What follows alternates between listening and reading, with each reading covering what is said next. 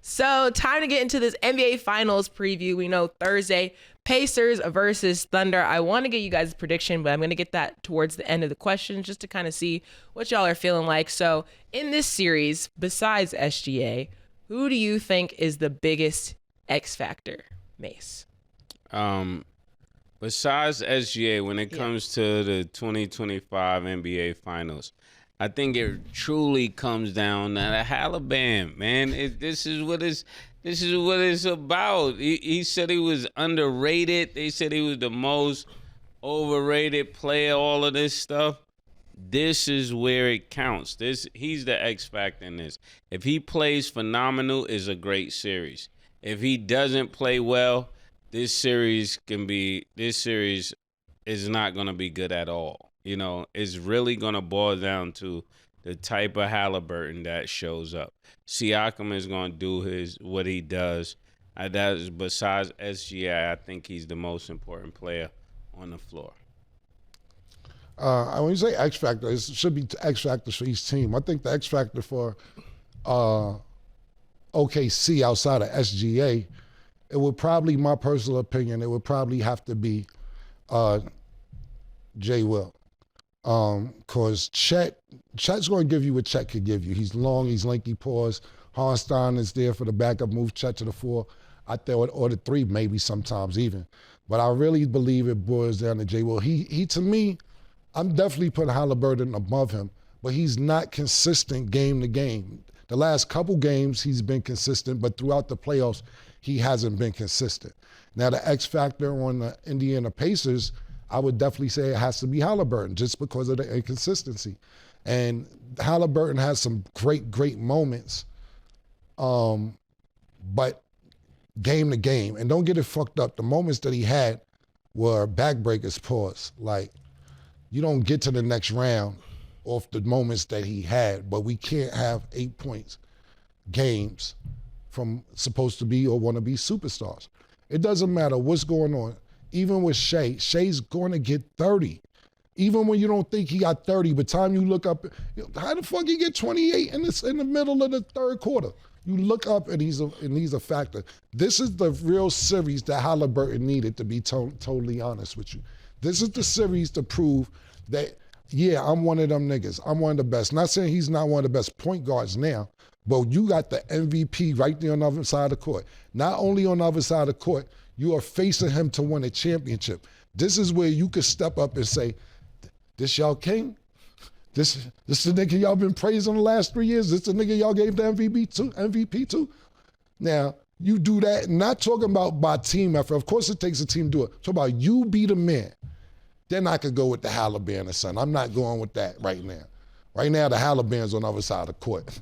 That nigga Shai Gilgeous is not coming to play no games. You can't rattle him, very smooth. And he's not Jalen Brunson. No disrespect to Jalen Brunson, because I think Jalen Brunson is all world. He's second team, all NBA. But he's not a little guard that you could just muscle. He's not one of them niggas that you have to hide on defense. He's a legit 6'6", 6'7", and you're not just gonna bully him because he's smaller. He's not a small guard. He will be a problem. So that's the X factors on both sides of the ball for me. Okay. And now who do we think is the better head coach? Are we going with Carlisle or are we going with Dagnall? I'm going with Carlisle. I gotta go with Carlisle. All the histories goes with Carlisle, and you know, being a president of Titletown, I gotta go with the person who last won the championship. How was he a Titletown with one championship? You're right. I'm saying that we're going with who's been there, who actually won one. He's the one that knows what it takes to win one. So, and the time that he won it, it was with supreme coaching. He beat a team down there in Miami that was stacked. They were loaded. They had LeBron. They had Wade. They had they had, what's his name? Chris Bosh. They had Norris. They had all kind of people down there.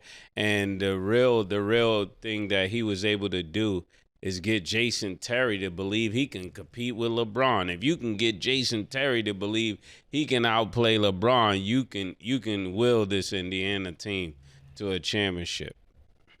And that's how I'm looking at this. Like whatever he told him in that time was amazing. Rick Carlisle's not even close.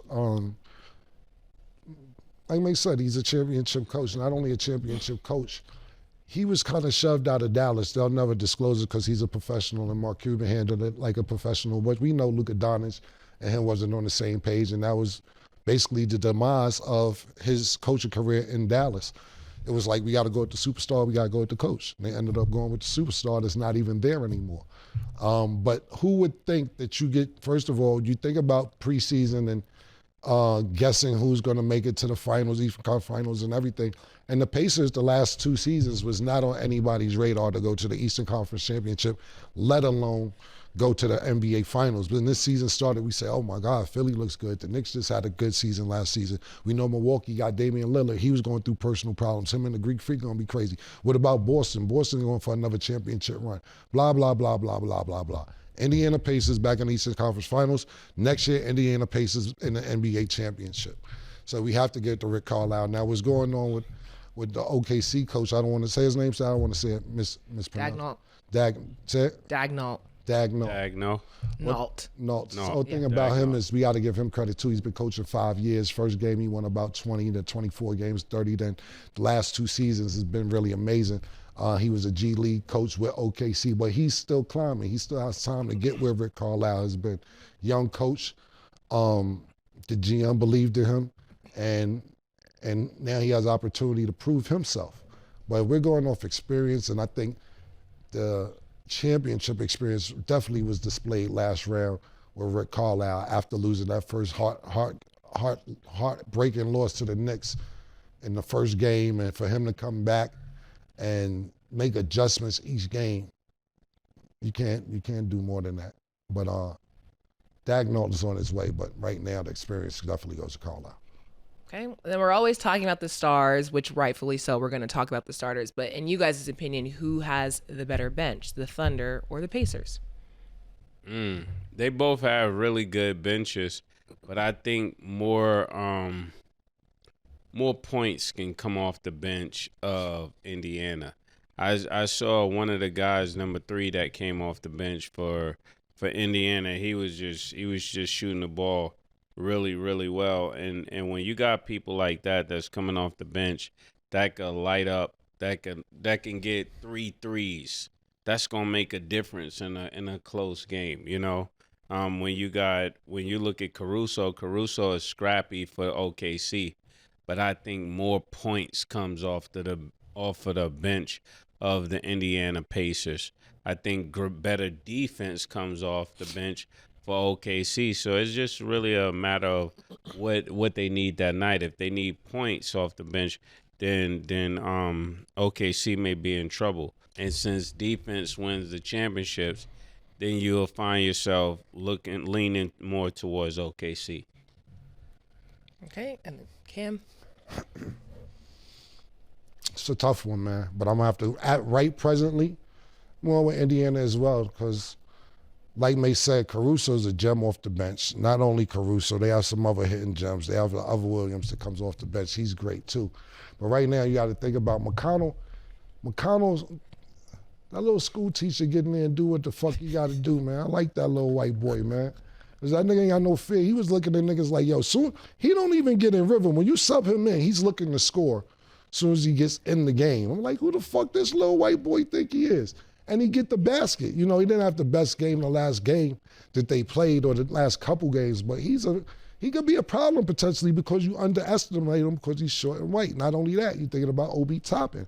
Obi Toppin can have a good game from time to time, and he brings in size off the bench. Bryant, right now I'm going to have to go with Indiana, but I'm not mad. Thomas Bryant. Yeah, and that was the name. Yeah, but I'm not mad at OKC's bench either.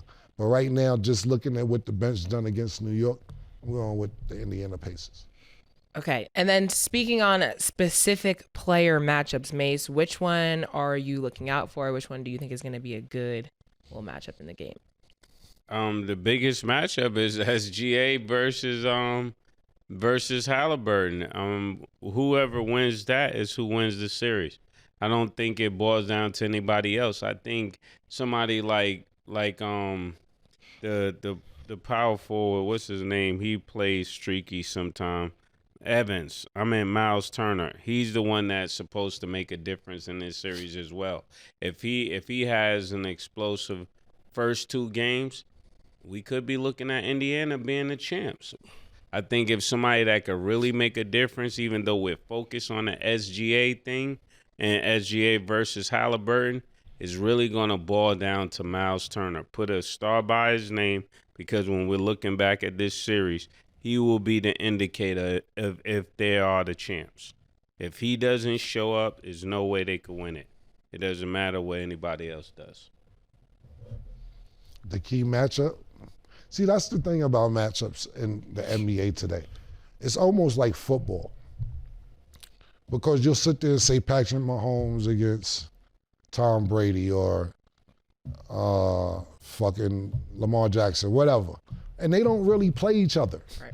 They're not even on the field at the same time. But that's the matchup you say. So when you sit there and say, not Mase, I'm talking about in general, Halliburton and SGA, they probably not going to guard each other. Maybe SGA guard Halliburton, but they know you're not putting Halliburton on SGA, even though I think these are the two names that is the matchup who's going to be definitive to win this series. It's just a shame that we don't get the matchups to where niggas are scared to guard their own position these days. And now that's just sad, because if you want to be the best, you got to beat the best. And now they hide you on defense to where you don't have to be exposed that you're not that good of a defender. It's like right now I seen some shit where they trying to ban, the Hacker Shaq murder where they foul you on purpose, how they was doing that to the center for the Knicks. I can't think of that bum ass nigga name right now. Yeah, Mitchell Robinson. How they was doing it to him and I see they were gonna try and do a vote this offseason to stop that. Because they say it slows the game down. But no, I don't like that. It's just, basketball is not football. You have to play offense, you have to play defense, you have to play special teams, so to speak, just using football terminologies. You have to practice your free throws. Yeah. It's part of the game. You can't just be like, nah, I don't want to shoot free throws because I'm not good at it. If that's the case, Shaq would have averaged another 12, 14 points if he wasn't allowed to do that. Because it started called the Hacker Shaq, and there's the Hacker Mitchell and the Hacker this, whatever. That is part of the game. You have ample time and ample hours to practice your free throws. If you can't get it done, then you just can't get it done. If you're good in other areas, you're good in other areas. But you cannot sit there and say, let's not foul this nigga, because you know that he can't make free throws. So that's the matchup I think that's going to determine the series stat. Okay. And then now time for the final question. So you guys gave your biggest X factor. You guys both said Carlisle is the better head coach. You actually both said the Pacers have the better bench. Talked about your player matchups. Mase, who do you think, and it's just a prediction, it's not set, who do you think is going to win it all? I got to stand with Indiana because I've been saying that all the playoffs. But, I wouldn't be surprised if OKC win. I think if OKC win, it's gonna be a blowout series, like 4-1. I think if one person on Indiana doesn't show up, they're gonna lose 4-1. But I want Indiana to win. Mace, who are you picking, bro? I said I want Indiana to win. I ain't actually you want. See, that's how you saved yourself. I didn't say they were going to win. I said I wanted them to win. Who's good? Not who you want to win. Who's going to win? Safety net, nigga. OKC is going to win. Thank you. I concur. That was a good question, because that was a crazy switch. No, I want Indiana to win, but I feel like OKC is going to win. I agree. I think OKC is going to win. I just think that, Miles Turner doesn't know how to control himself. He gets himself in foul trouble a lot. And I think that OKC really could play around with that 4 and 5 position with Hartenstein and Chet. Even when Chet's out the game, you got Hartenstein, and when Hartenstein's not in the game, you got Chet. And when they're both in at the same time, it's a miniature Twin Towers almost, you know what I'm saying? Dort has really showed his game throughout the playoffs. Of course, we talk about Shea and Jay Will, them three. Listen, it's a great matchup, Yeah, man. it's a really blue good matchup. collar finals. Yeah, it's a really great matchup, and what Siakam has been doing has been really, really great. The difference is that you have to do that now against somebody who's 7-1. Chet is 7-1. Because Chet starts at the 4. When they got Harstein starting and Chet starting, he starts at the 4. And when you're 6'7", maybe 6'8", and you're dealing with an agile 7-1, we're talking about Chet. Not only that, you might be a liability, not say a liability because Siakam plays his ass off, but if they ended up spreading the floor on the offense and not running, Chet could shoot the jump shot as well. That's a real, outside of Shea and Tyrese Halliburton, that's a key matchup as well. Chet Holmgren against Pascal Siakam. That's really going to be able to tell who wins this series as well. That's a very, very key matchup. The young, tall, lanky guy, pause, or the African on a mission, nigga, that already got a championship, nigga. Who wants it more? Pause. So I think that's really, I know I said Halliburton and Shea, but I think that's really the marquee matchup. Siakam and Chet, and we'll see what happens, but I'm going with OKC. Yeah, that's a good one. And actually, last question, because this was kind of trending too. Are you guys excited to watch this series? Because a lot of people were like, Thunder and Pacers, I'm not watching the finals. That's boring. Da da da. Like, what's y'all's thoughts on that? Yeah, I mean, in the regular season, they beat the Pacers twice. So I don't think OKC thinks the Pacers could beat them at all. If they're looking forward to this series, they're like, we have a championship. It's ours to lose. That's how they're approaching this. Because during the season, they beat them, convincingly both times. Okay, and Cam. 1 second. And Shea had 45. Far as does anybody want to watch this? Because Mason didn't answer your question. Just ignore it. Yeah, you don't want to watch it. He wants the direct answer. Okay, I don't want to watch it. I understand spinning now. I've learned. I don't want to watch it. They beat already the Pacers twice in the regular season. Each time they played, it seemed like Shea was having the game of the century. So it's like, why would I want to see that again? Is nothing new. They didn't add nobody new. They're gonna put the same people on Naismith or Neesmith on Shea, and Shea gonna get 50. He probably might have 50 in this series. Yeah, that to me, all that shit is out the window because the Knicks couldn't beat nobody in the regular season that was top three. They couldn't beat OKC. They couldn't beat Cleveland. They couldn't beat the Celtics, and he made it farther than everybody except for OKC. So sometimes what happens in the regular season doesn't determine what happens in the playoffs. But to answer the question, I'm going to watch it because I'm a basketball fan, and this is the last of basketball. If I'm a casual basketball fan, not Cameron Giles, a regular nigga who just watch basketball, no. Nobody outside of the state of Indiana and Oklahoma City really care unless you love basketball. You got to think about this. Even though, like I said, I'm proud of Pacers for what they did, etc. You got to think about this, and no shade to the Pacers. Think about how much litter this would have been in the Garden. This would have been pandemonium. I told niggas if the Knicks make it to the chip, I'm going to go back. I said, I'll get a ticket for this because it's going to be actual pandemonium. You sat there and thought you seen some stars the last 4 or 5 weeks. Nigga, Michael Jackson might have came out the ground for this joint, my nigga. You know what I'm saying? That's how crazy the Garden would have been. And I think a lot of people who are just casual basketball fans watch to see like, oh, Chris Rock is there or Ben Stiller's there. Oh my God, look at so-and-so. Look at the Jenners there or whatever. When you're in certain places, it's more lit. Same thing like if it's in LA. When it's in LA, it's lit because you don't Jack and Nicholson. You don't know who's going to be there. It's lit. Certain places are more lit than others, but as a very big fan of basketball, I'm going to watch it. I think it's going to be an intriguing series. So yes, I'll definitely watch it, but I understand those that don't want to. Okay. Well, the NBA Finals kicks off on Thursday. In the comments down below, let us know who you guys' picks would be. But that is all the time that we have for today. Thank y'all for watching. And as always, it is what it is.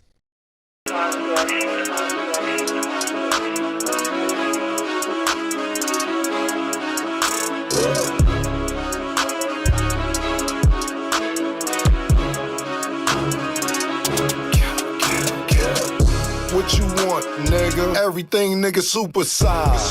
Two Big Macs, like when they doing them 2 for $5.